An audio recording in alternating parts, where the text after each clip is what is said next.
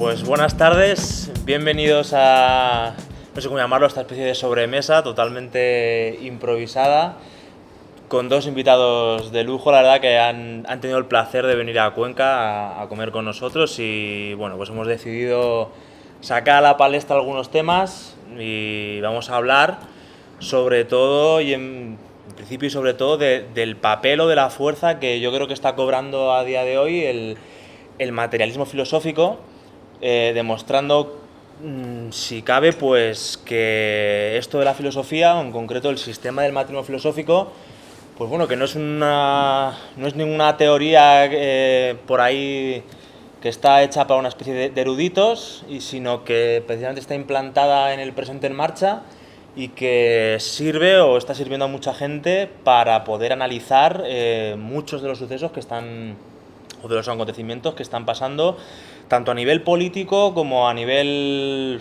universitario, si cabe. Y pues nada, vamos a ver qué podemos sacar en claro de dónde está actualmente el materialismo filosófico y qué herramientas nos aporta para tratar algunos de los temas que hemos estado hablando antes en esta sobremesa. Me gustaría empezar, sobre todo, pues hace nada estaba hablando con Luis Carlos precisamente de dónde le venía al materialismo filosófico esta potencia que parece que está cobrando en la actualidad, si era precisamente por una especie de potencialidad que tiene previa para tragarse a todos los sistemas, o si por el contrario es en los choques donde surge esa fuerza para ir demoliendo todos y cada uno de los mitos que vienen desde otros sistemas. Entonces, antes me comentaba Luis Carlos que lo peor que le podía pasar al materialismo filosófico era lo que le ha sucedido hace 20 años, que era una especie de ostracismo, de dejarlo oculto, claro, para que no hiciese ruido.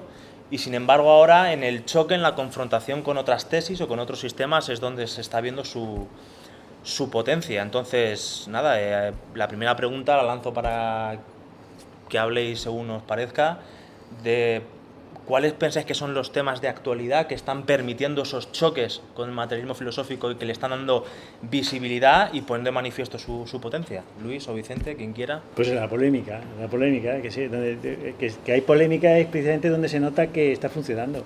Eso es. O sea, el terreno nuestro es la polémica. Y entonces dices, es que hay polémica y eso va contra el materialismo. No, eso va a favor completo. Ahí es donde se juega.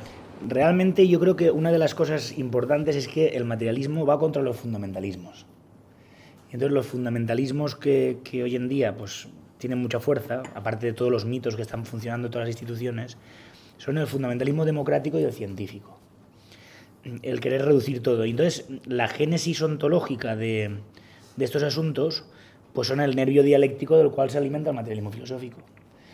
Precisamente es un pensamiento público español que tiene una tradición y que Gustavo Bueno lo que hace es reformular una ontología muy precisa, genuinamente española, y entonces tiene como adversarios, por ejemplo, el idealismo alemán. El idealismo alemán es un adversario y las ideas del sistema del idealismo alemán están funcionando en todas las instituciones. Y entonces ese funcionamiento es precisamente el pensar contra ellos, el estar haciendo contra ellos desde las propias cosas funcionando implantadas políticamente, es precisamente a partir de lo cual se alimenta el materialismo filosófico.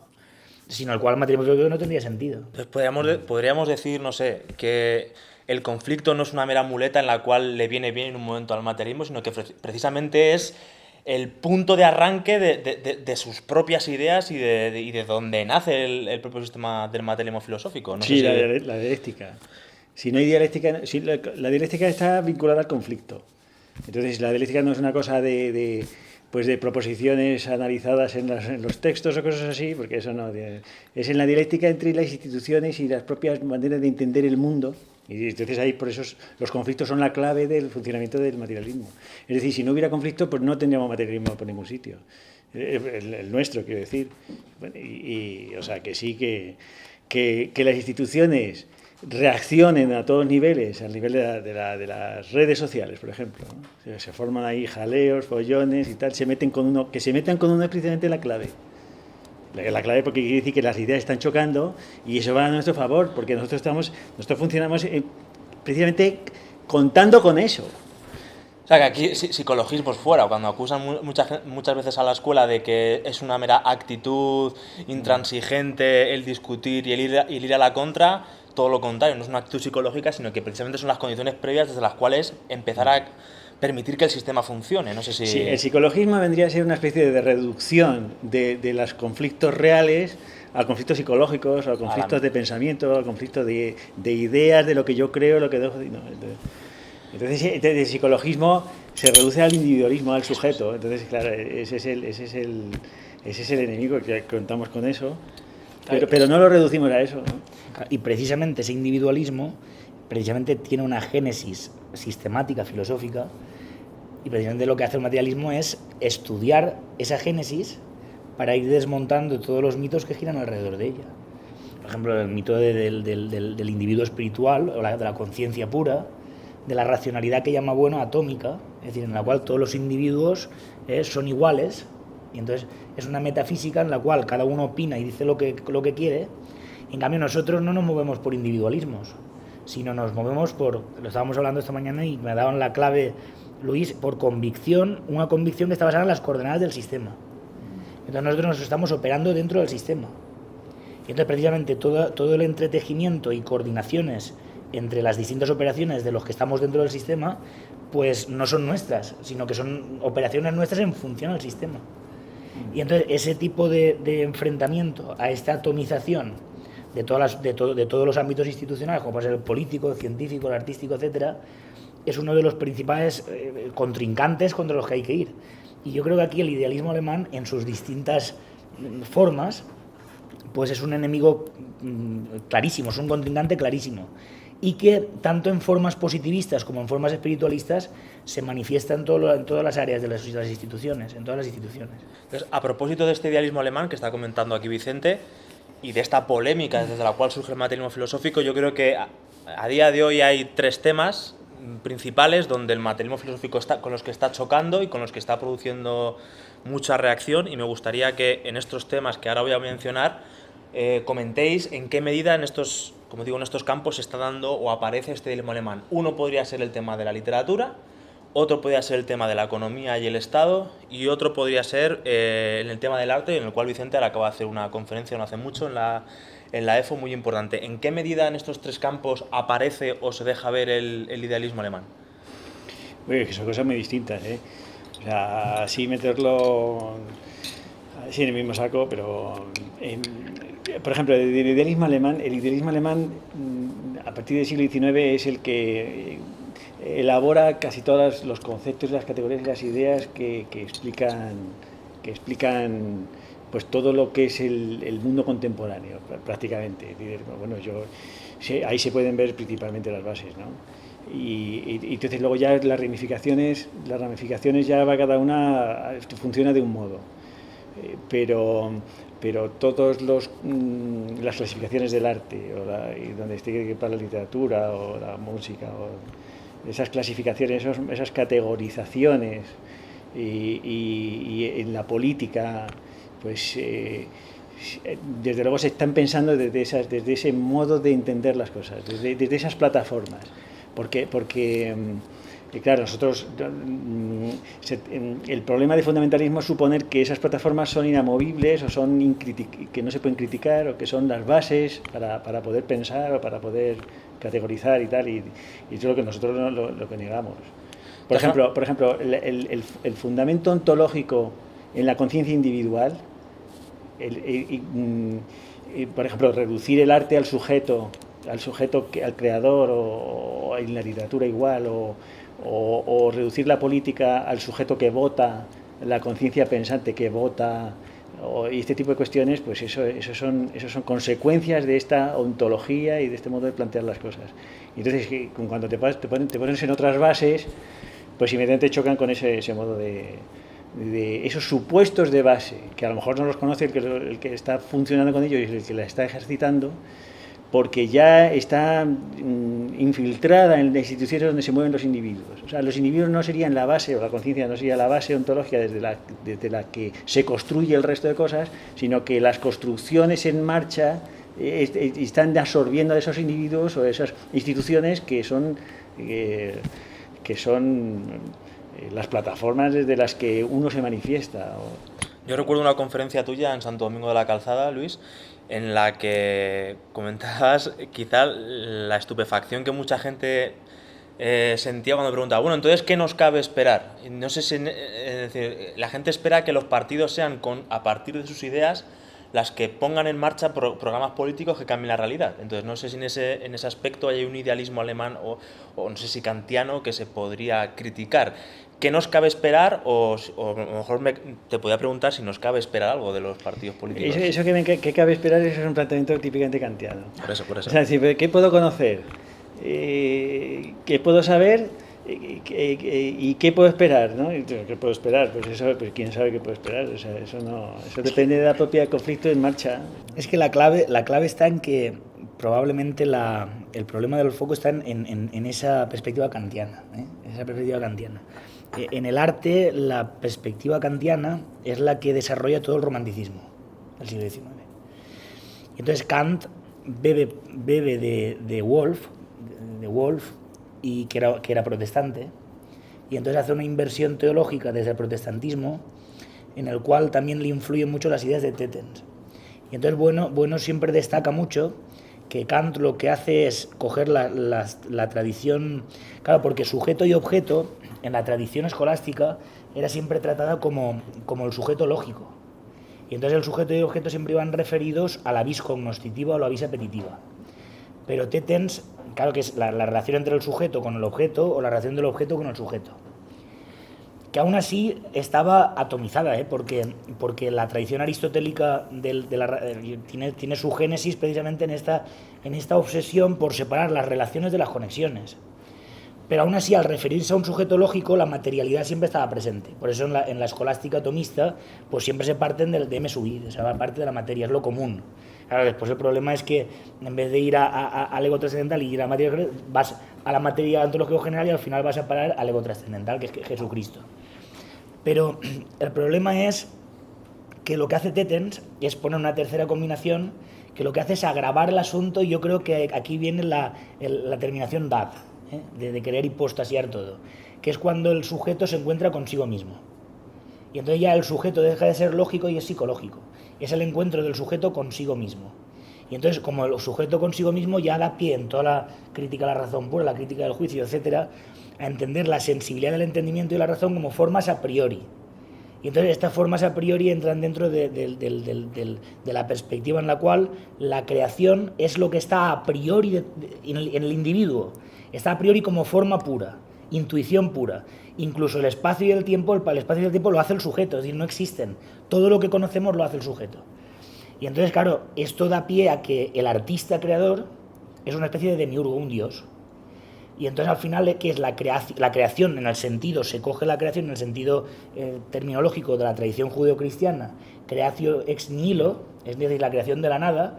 ¿Y esa nada qué es? La conciencia pura, es decir, la intuición pura de las formas a priori que están en el sujeto individual.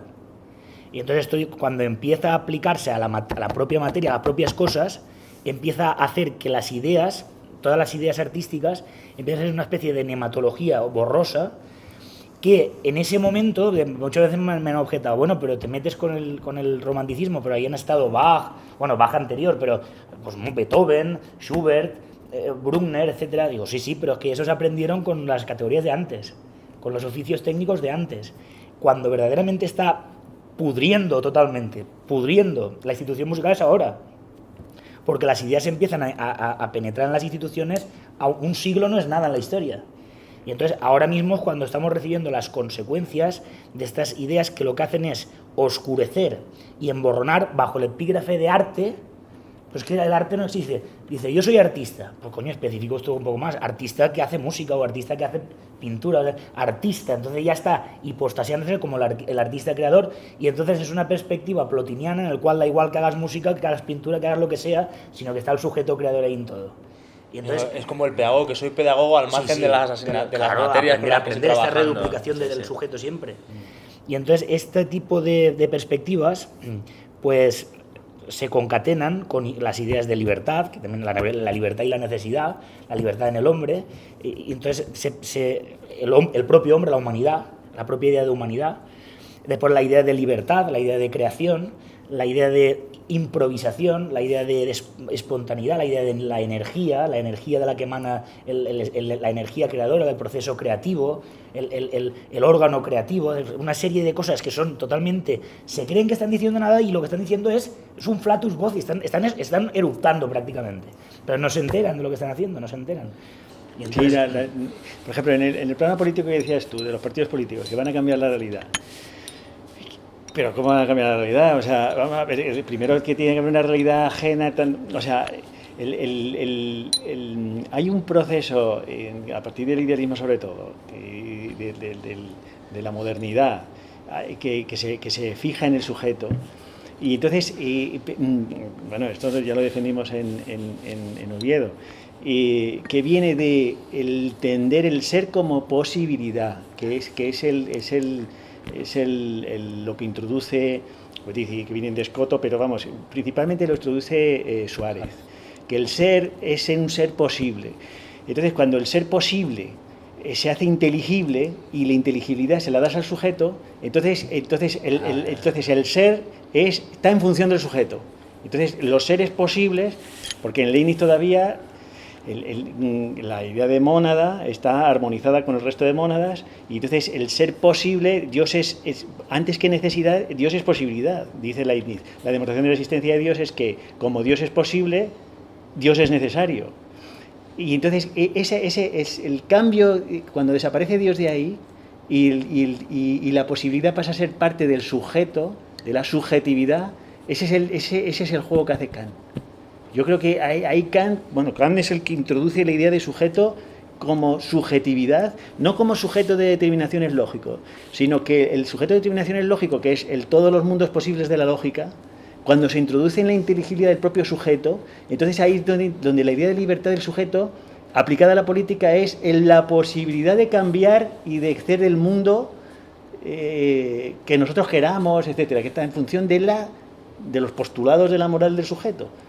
Y entonces, claro, la libertad ya es un postulado de la propia, del propio desarrollo de la realidad del ser. Entonces, el ser real, no es más que uno de los mundos posibles que está dentro de ese proceso teleológico del desarrollo del sujeto. Entonces ya vaya Hegel y las consecuencias que tenemos son esas. Suponer que puede haber un cambio del mundo hacia un mundo posible, otro mundo es posible.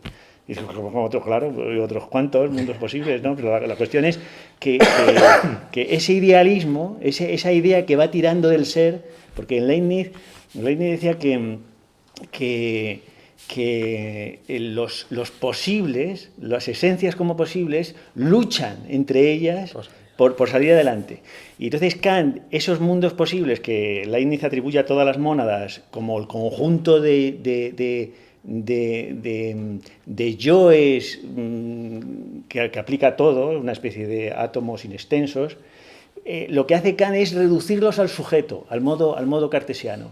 Y entonces esos yoes ya se reducen al sujeto y entonces quedan ya ahí hipostasiados en la subjetividad trascendental. Y entonces ya está, ya tenemos todo el mundo de la política, o sea, el contemporáneo, el mundo contemporáneo. Esto tendría creo, a mi modo de ver, una traslación muy evidente, sobre todo en el plano de la política y del coaching, cuando se le está diciendo al sujeto que en él están todas las posibilidades de salir adelante y de cambiar el mundo y su propia realidad. Yo creo que ahí está patente. Eso sería esta interpretación que hace Kant de las mónadas leibnizianas. Sí.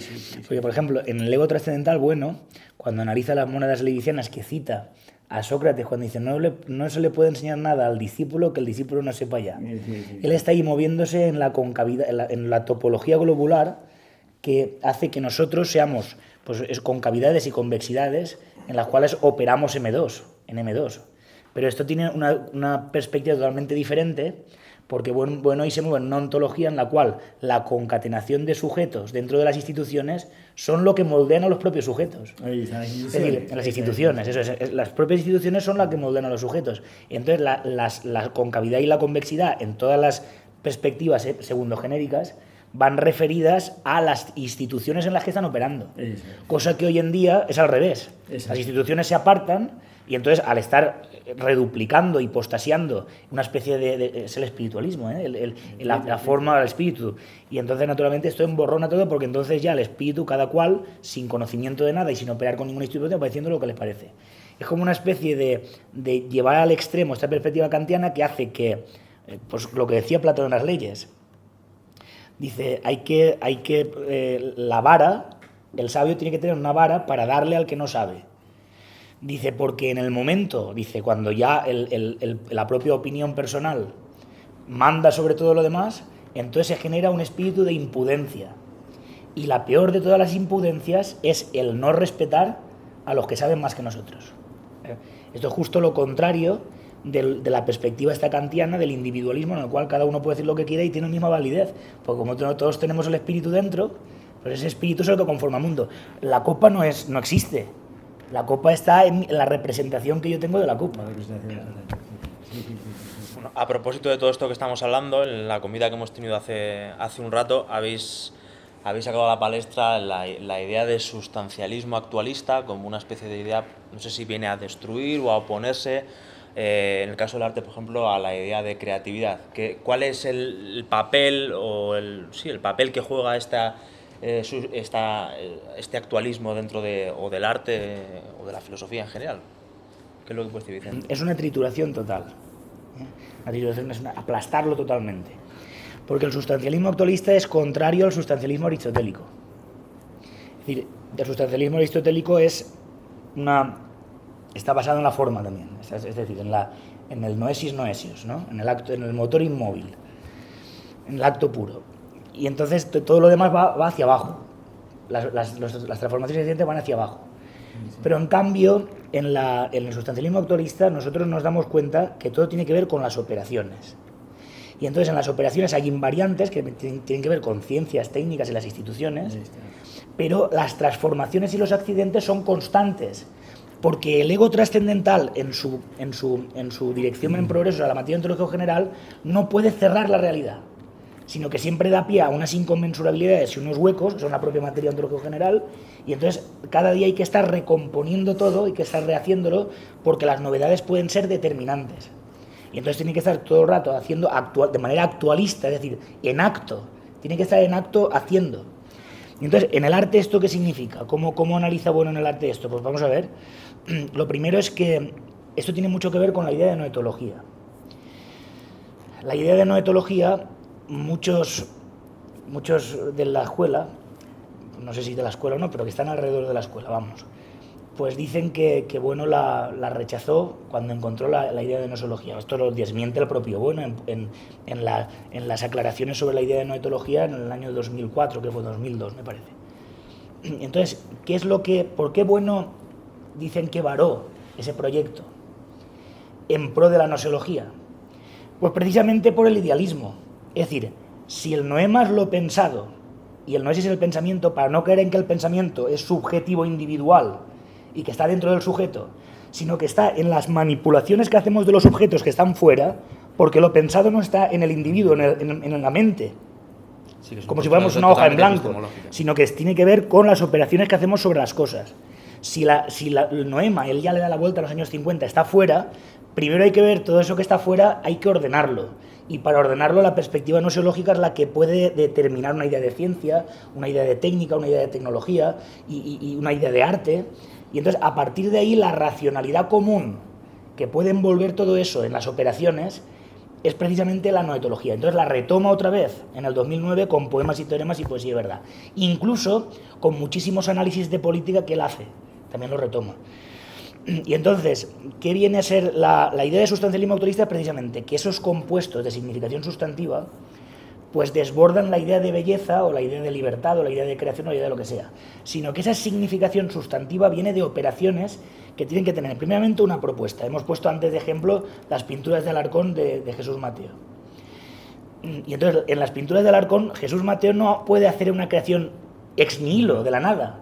Y tampoco, porque nosotros tanto vemos como contrincantes a los positivistas que ven la racionalidad como algo atómico y mecánico, y como a los espiritualistas que ven como creaciones nihilo, porque al final el ser individual atómico está tanto en unos como en otros. Entonces, ¿qué es lo que nosotros vemos? Vemos que él tiene una anamnesis de unas técnicas muy precisas y que están en la historia y que él aprende de unos maestros, en unos talleres. Y entonces tiene ante sí una obra que va a componer, y entonces en esa obra, en el templo herreriano precisamente, dice, bueno, en el análisis que hace tan brillante de esto, dice, ahí se mueven es una especie de geometría pétrea. Es una estructura euclidiana, es decir, una estructura geométrica, que vamos a decir una estructura alfa-operatoria, vamos a ver. Y entonces, por otra parte, hay una estructura beta-operatoria que tiene que ver con las morfologías dinámicas, es decir, joreomáticas, es decir, que fluyen porque él lo que va haciéndolo en el tiempo y va conectando unas partes con otras, que cuando estás viendo esa pared, no está viendo lo que ha hecho detrás, o no está viendo lo que va a hacer detrás. Entonces va cambiando de perspectiva, necesita los ojos para ir girando, el cuerpo para ir moviéndose, para ir viendo distintas perspectivas. Entonces, esta composición que él hace como agente, el receptor la tiene que volver a componer. La tiene que hacer exactamente igual para componerla. Y entonces las transformaciones que van dándose en el proceso de contraposición se resuelven al poder asimilar la obra como una totalidad, que no un todo.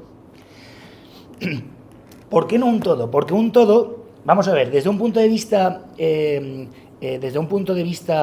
sistático, el cuadro se presenta como un todo. Y desde un punto de vista de sistático también se presenta como un todo el propio templo herreriano.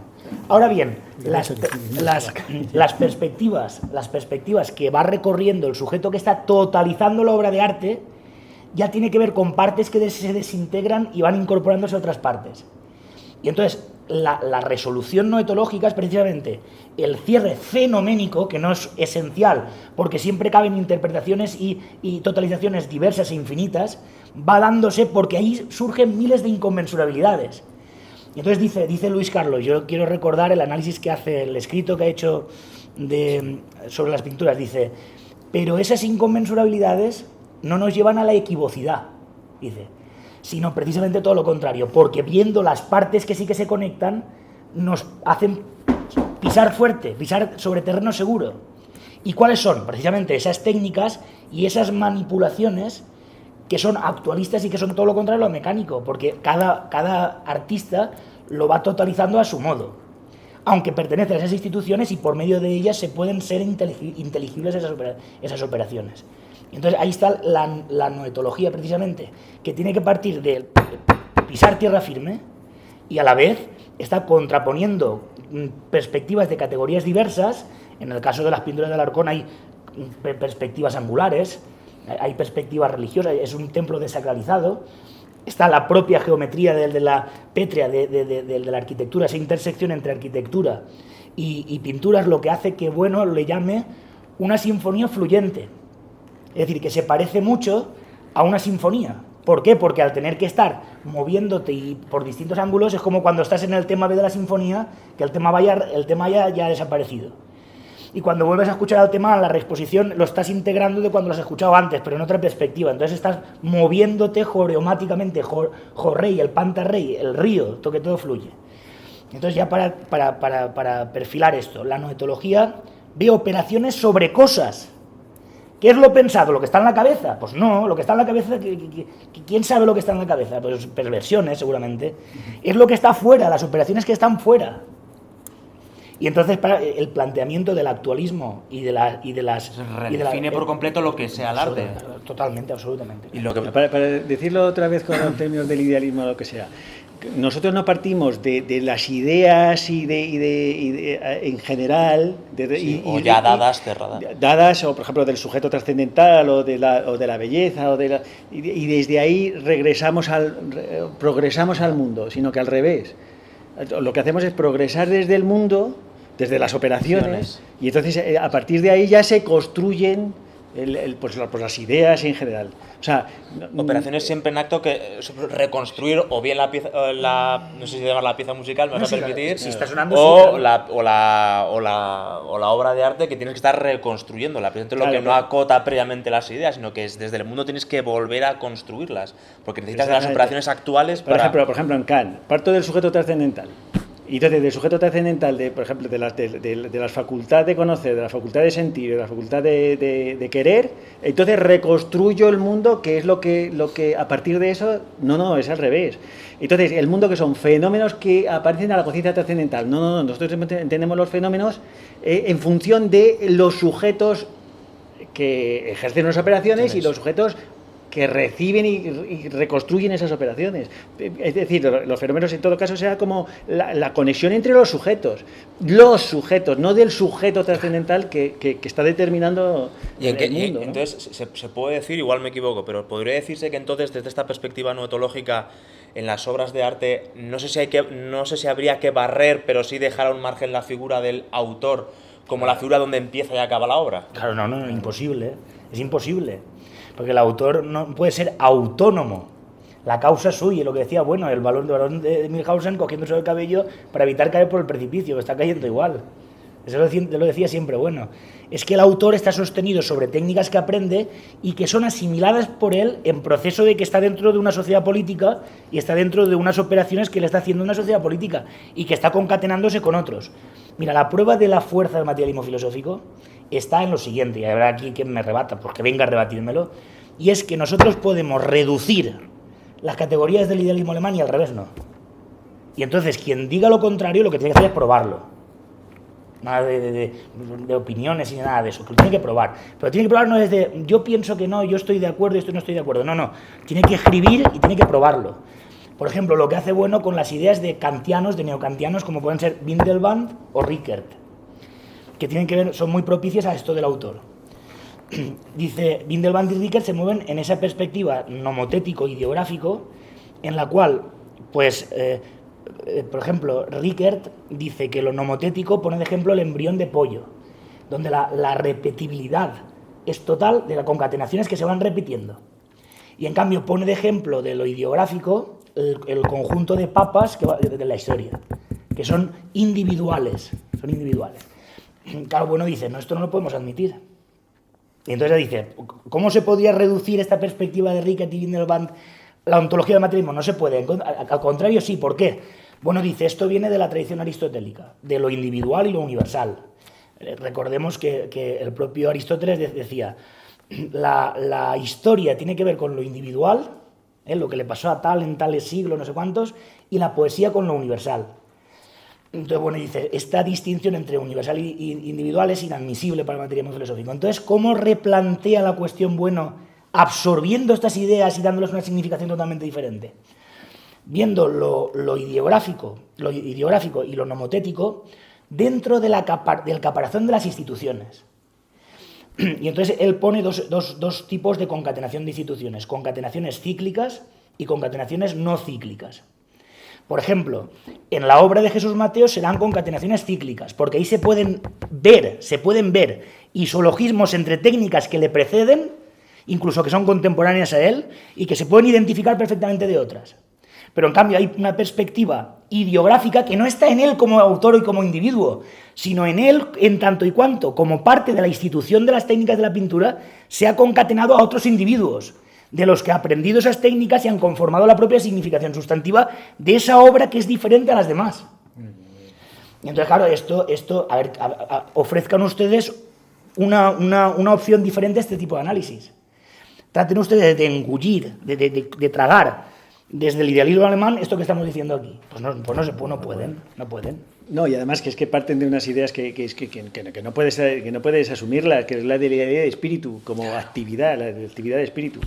O sea, el espíritu es pasivo en la medida que recibe, dice Kant, y el espíritu es activo en la medida en que ejerce, en la medida en que actúa.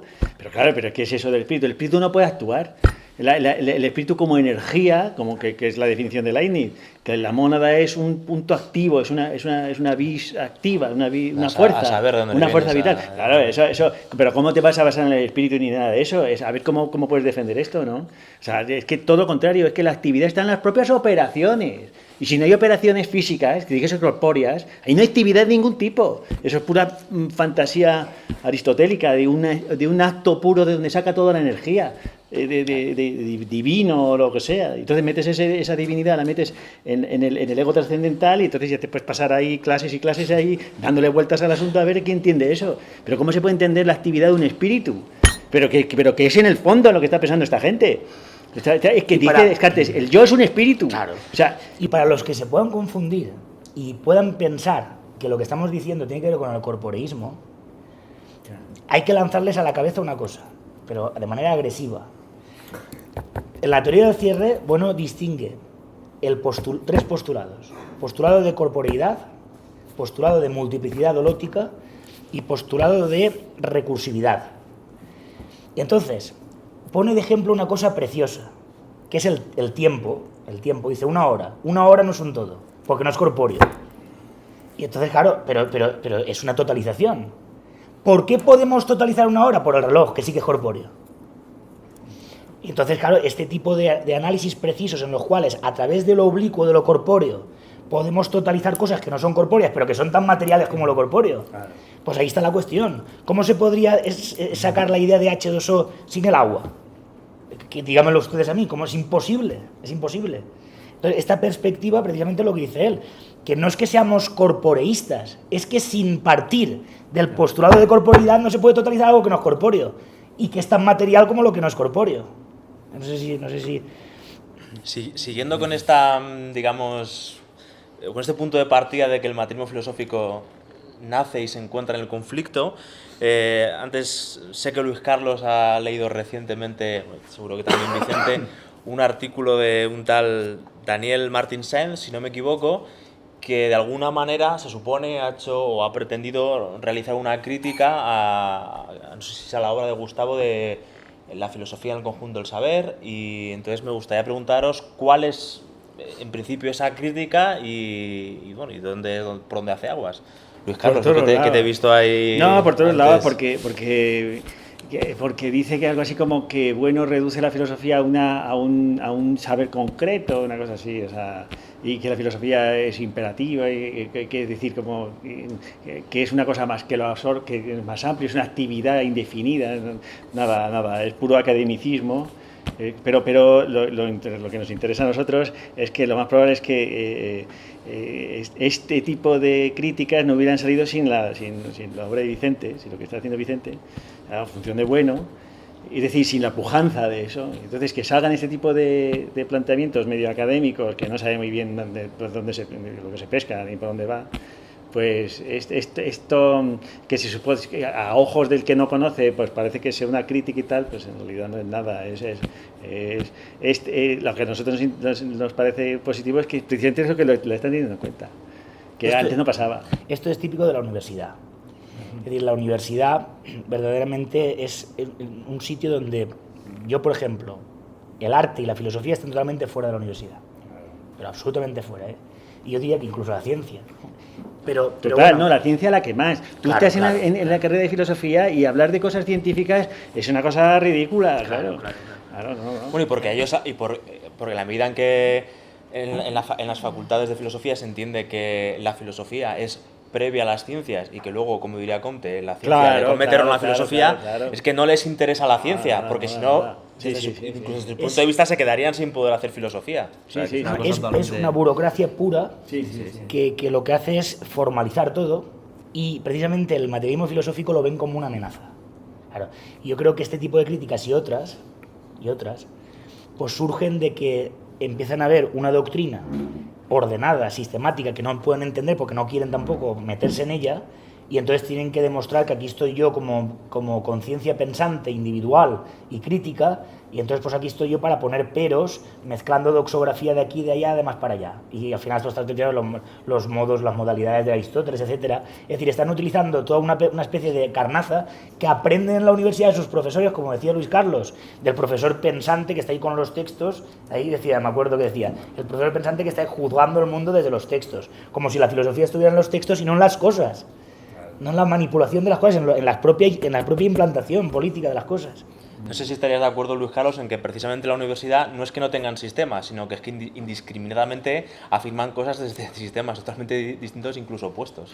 Bueno, la universidad en general, no se puede decir actual en todo caso, la universidad actual, sí, porque por acotar. la universidad, claro, en general se mueve por sistemas. Lo que pasa en la universidad actual más o menos es que el sistema que le viene bien a la universidad actual pues es una especie de este subjetivismo alemán. Le viene muy bien porque parten del sujeto pensante y entonces el sujeto pensante está ahí funcionando con esta forma. Y siempre se podrá pensar algo nuevo que... Sí, y reducir la filosofía a lo que hace el sujeto cuando piensa y cuando analiza y tal. Entonces ese es el problema.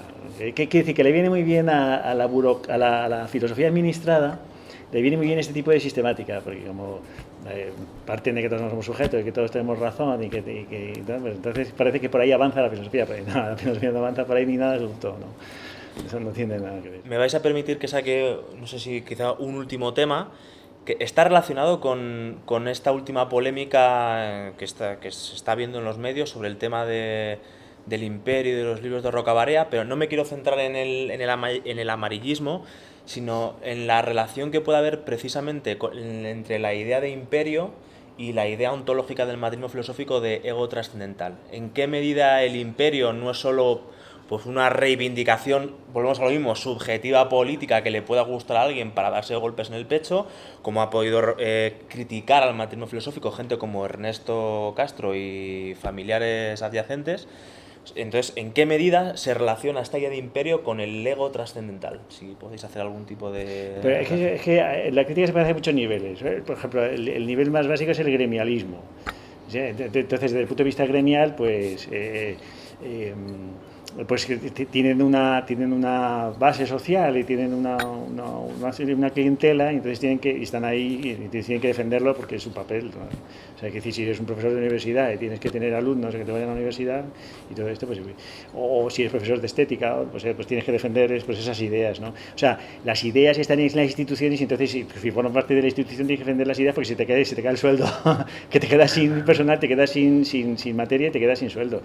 Pero diríamos, ese es el punto de vista más básico. Yo creo que la crítica sociológica pues iría por ahí, ¿no? Pero la crítica importante es la crítica histórica.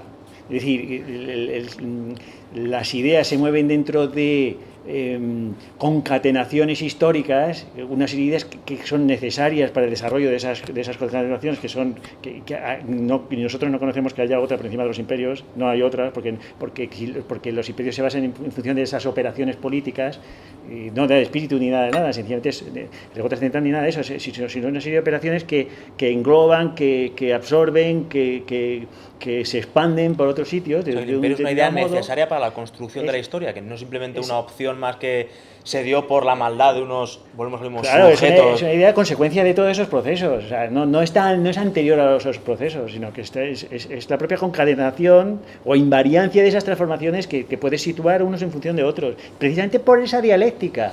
Es que sin la dialéctica no puedes cortar unas cosas respecto de otras. Y entonces ahí, por ejemplo, están los idiomas. Y entonces el ensayo filosófico está en función de esos idiomas y de ese papel que juegan los individuos dentro de esas sociedades. Claro, en la medida en que se enfrentan a otras.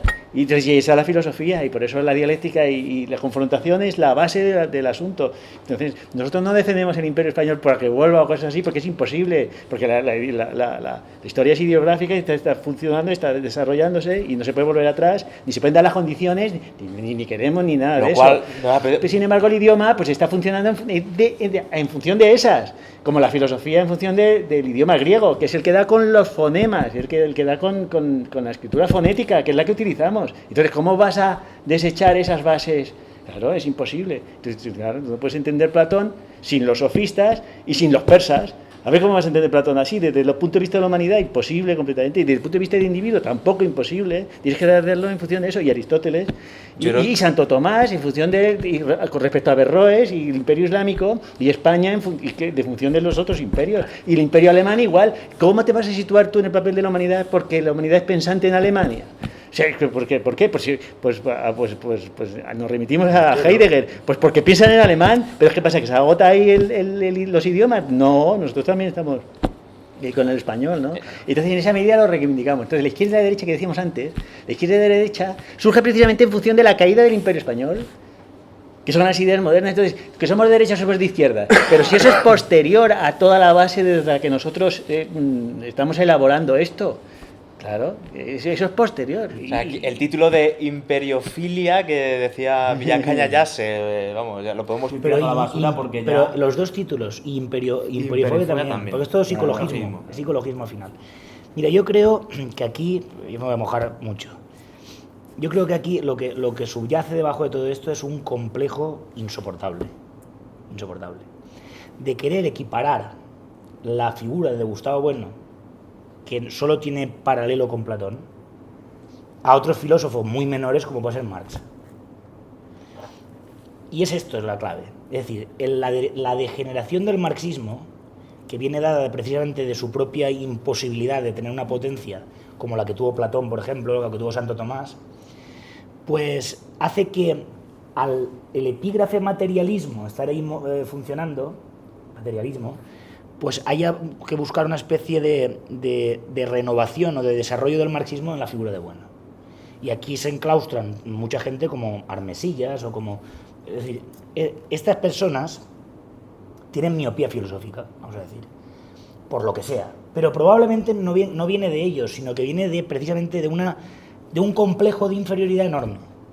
Es un complejo de inferioridad que está en las instituciones de España desde hace mucho tiempo y que hace sentir que todo lo que viene de los Pirineos para arriba viene bendecido por el agua santa. Y todo lo que está por debajo pues es una especie de cosa arcaica, rancia, que hay que desechar. Y claro, como Bueno no salió de España nunca, pues Bueno tiene que ser purificado y bendecido. No estudió fuera. Sí, pero permítame que te corrija. Sí. Porque si es complejo, parece que lo está reduciendo otra vez a categorías psicológicas. La caída del propio imperio es la que genera eso. Es una cuestión objetiva, digamos, más del espíritu objetivo de Hegel que el subjetivo. Que es la propia caída del imperio es lo que genera todos estos sujetos. Claro, es más objetiva. Si el imperio siguiese funcionando, esto no pasaba en absoluto, como no pasó en el tiempo del imperio, claro. Pero ellos operan desde eso. Claro, pero es una consecuencia necesaria. Y entonces, ¿qué ocurre? Que al querer purificar... Fracasología mismo. Fracasología mismo es una consecuencia del imperio. Claro, que se ha fracasado, es que es objetivo. Es objetivo. Es objetivo, completamente objetivo, y hay que partir de eso. Claro, ese es el asunto. Sí. Pero lo interesante es que esta gente que opera desde eso, claro, obviamente lo que estamos, por ejemplo, pues entonces las críticas de los que están maniobrando desde un desarrollo y no una desviación, porque lo que hace Armesillas o lo que hace Maestro y tal son desviaciones. Ya dirán, ¿por qué lo dices tú? Pues no, pues hombre, claro, porque lo digo yo, que no va a decir. Pero yo trato de demostrarlo operando. Ellos que lo traten de demostrar operando también. Claro, por ejemplo, el marxismo. ¿Qué puede decir el marxismo del arte? Pues nada, ¿qué va a decir? Que es una superestructura. No puede decir nada. Es decir, está totalmente invalidado para decir nada. Y entonces eso le invalida para tener también ideas políticas fuertes, porque todo forma parte del mundo respectabilis del mundo, todo forma parte del mundo. Y entonces si no hay una ontología poderosa que pueda abarcar distintas categorías, pues es una filosofía más pobre que otra. Y entonces cuando utilizo complejo sí que es psicológico, pero es precisamente porque esas instituciones que los hacen actuar con ese complejo, pues precisamente hacen que vean una amenaza, una amenaza cuando alguien reivindica unas ideas genuinamente españolas, genuinamente hispánicas. Es decir, un pensamiento público español que no tiene nada que envidiarle a Descartes ni a nada, porque cuando Descartes surgió, por aquí no surgió en Descartes porque ya la superstición ya estaba anulada hacía siglos.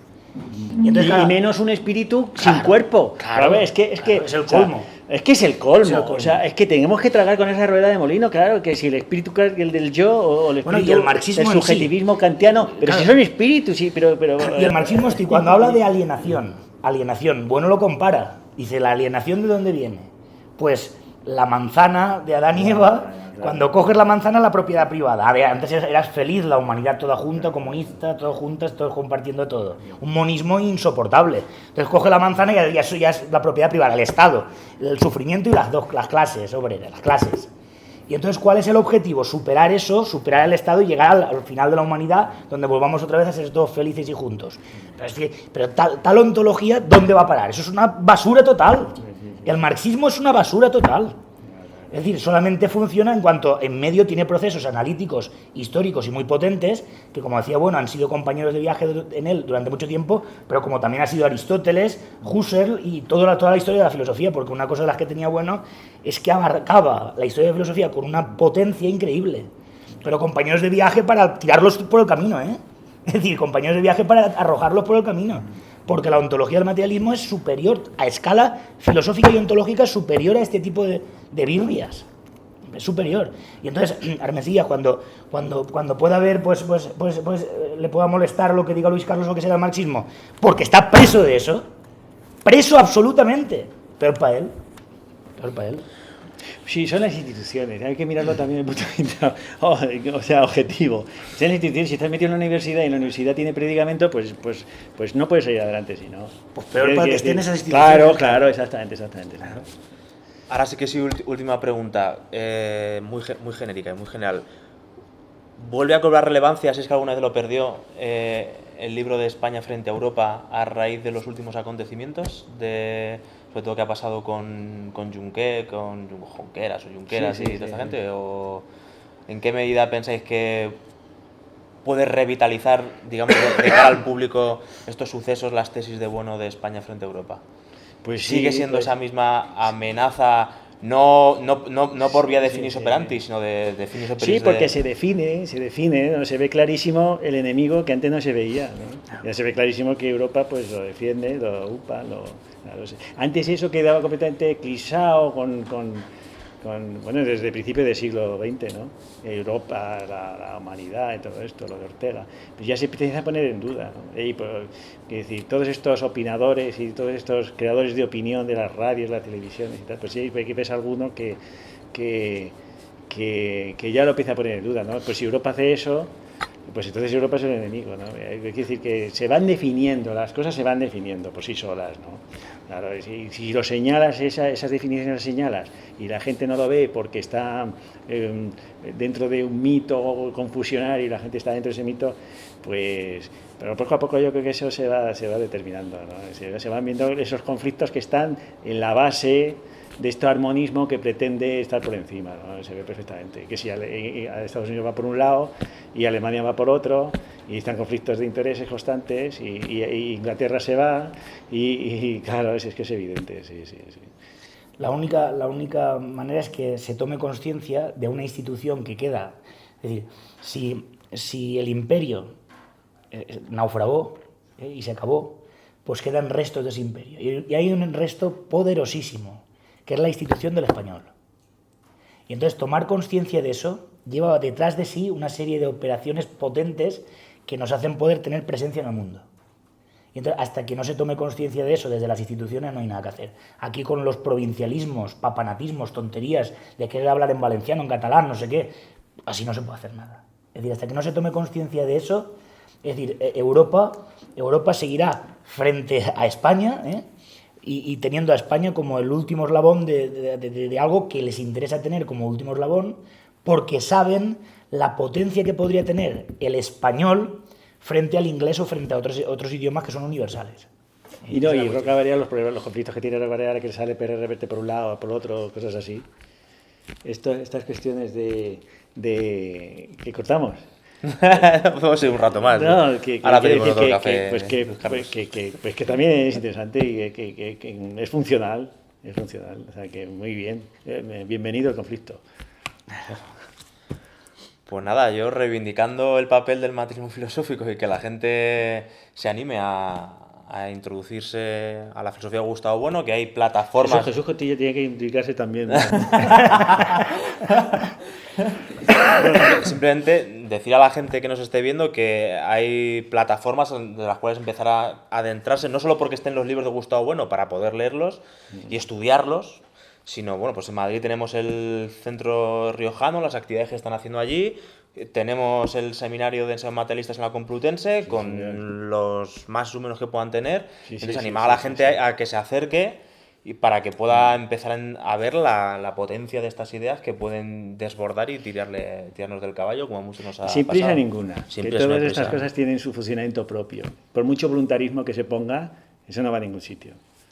Las ideas y estas cuestiones tienen su propia dinámica, tiene que tener paciencia. Sí, así es. Pues nada, pues muchas gracias. Gracias. Si queréis añadir algo más, os dejo vía libre y si no, pues cerramos aquí la charla.